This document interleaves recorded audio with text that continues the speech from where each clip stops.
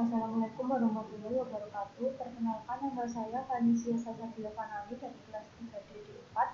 Di sini saya akan membahas soal pada buku Dinkopulis nomor 12.9.2. Soalnya seperti ini. Tapi saya di sini sudah menerjemahkan ke bahasa Indonesia dengan soal seperti ini. Sebuah sari yang mengandung 100 kg yang terdiri dari 75 kg berat dan 25 kg solution, di mana 10%-nya merupakan minyak yang berperan sebagai solut dan 90%-nya adalah solvent. Kemudian sari ini akan diletakkan ke dalam heksana murni dengan nilai N underflow-nya sebesar 1,5 kg. Yang ditanyakan adalah berapa komposisi dari overflow V1 dan underflow V1. Di sini yang diketahui N-nya sebesar 1,5 kg dengan underflow V sari di totalnya sebesar 100 kg, I-net atau B-nya sama dengan 75 kg, L0-nya sama dengan 25 kg, solut atau A-nya sebesar 2,5 kg, solventnya sebesar 22,5 kg. Untuk overflow-nya di sini hanya diketahui solvent pada komponen C, P2-nya sama dengan 100 kg. Pertama-tama kita dapat menghitung underflow dan overflow-nya. Untuk underflow-nya rumusnya sebagai berikut: NA0 ditambah kilogram B dibagi kilogram A plus kilogram C. Kilogram B sama dengan 75, kilogram A 2,5, kilogram C 22,5. NA0 sama dengan 3. BA0 sama dengan kilogram A dibagi kilogram A plus kilogram C. BA0 sama dengan 0,1. Untuk overflow-nya, tadi kan diketahui ada soal hanya komponen C-nya saja yang sebesar 100 kg tadi. Di sini yang dimasukkan hanya kilogram C-nya saja. Untuk kilogram B dan kilogram A-nya sama dengan 2. Jadi nilai NA2 sama dengan 0. Untuk nilai XA2-nya juga sama dengan 0, sama dengan NA2. Selanjutnya, kita dapat menghitung nilai NaN dan XAN-nya. Pertama-tama, kita menentukan dengan rumus material seperti ini. L0 plus V2 sama dengan L1 ditambah V1 sama dengan N. N sama dengan L0 plus V2. L0 sama dengan 25, V2-nya sebesar 100 kg. Jadi nilai N sama dengan 125 kg. Selanjutnya, untuk menentukan nilai XA-nya,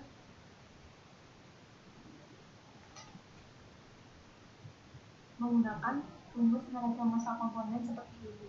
L0 dikali YA0 plus V2 dikali XA0 sama dengan L1 dikali YA1 plus V1 dikali XA1 sama dengan N dikali XAN. Maka rumus untuk mencari XAN-nya sama dengan L0 dikali YA1 plus V2 dikali XA1 dikali N. L0-nya 25, YA1-nya 0,1, V2-nya 100, XA2-nya 0. N-nya sebesar 125. Maka nilai XAN sama dengan 0,02. Untuk mencari nilai NaN-nya dengan rumus neraca massa pada sari, yaitu B sama dengan Na0 dikali N0 plus 0 sama dengan Na1 dikali N1 plus 0 sama dengan NaN dikali N. Maka rumus NaN-nya setelah diturunkan yaitu B dibagi dengan N. B-nya sebesar 75, N-nya sebesar 125. Maka nilai NaN-nya sebesar 0,6. Sehingga di tabel dituliskan seperti ini. Ada 3 titik, yaitu titik L0, titik V2, dan titik N. Untuk titik L0 pada sumbu X, untuk YA0 sama dengan 0,1, pada sumbu X pada titik V2, XA2 sama dengan 0, pada titik N, sumbu X, XAN sama dengan 0,02. Dan sumbu Y pada L0, NA0 sama dengan 3, pada V2, NA2 sama dengan 0, pada N sama dengan NaN sama dengan 0,6.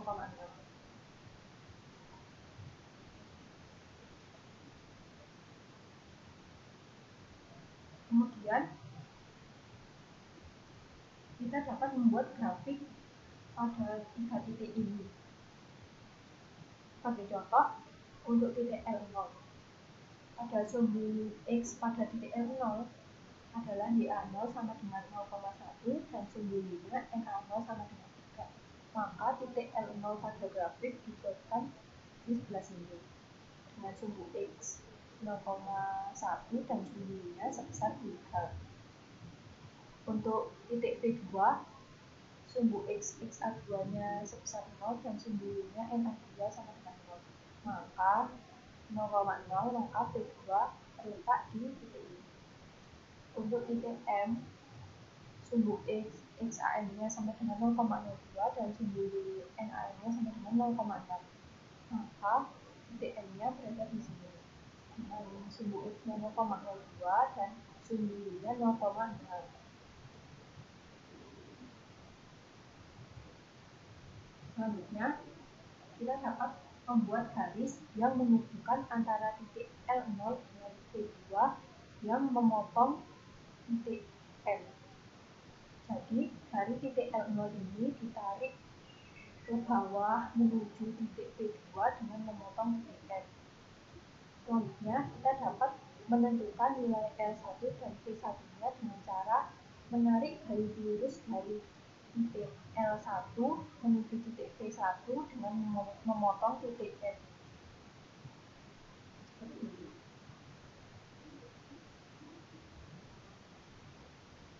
Selanjutnya, kita dapat menentukan komponen pada titik L1 dan titik P1-nya. Di sini dapat dilihat pada grafik ini bahwa nilai L1-nya itu sebesar 0,02. Seperti 0,02. Maka untuk titik NA1-nya dapat dilihat pada sumbu Y-nya. Jadi dari titik L1 ini ditarik menuju ke garis atau sumbu Y dan menunjukkan titik 1,5 untuk NA1. Selanjutnya, untuk nilai P1-nya dapat dilihat dari sumbu X-nya pada titik P1 yang menunjukkan angka 0,02.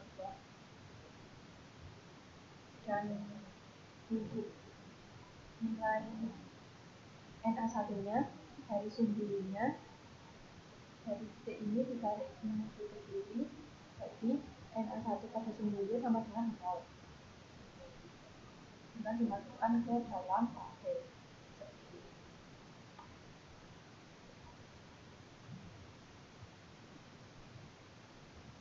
Yang terakhir, kita dapat menghitung nilai L1 dan P1-nya. Untuk menghitung nilai L1 menggunakan rumus neraca massa selari.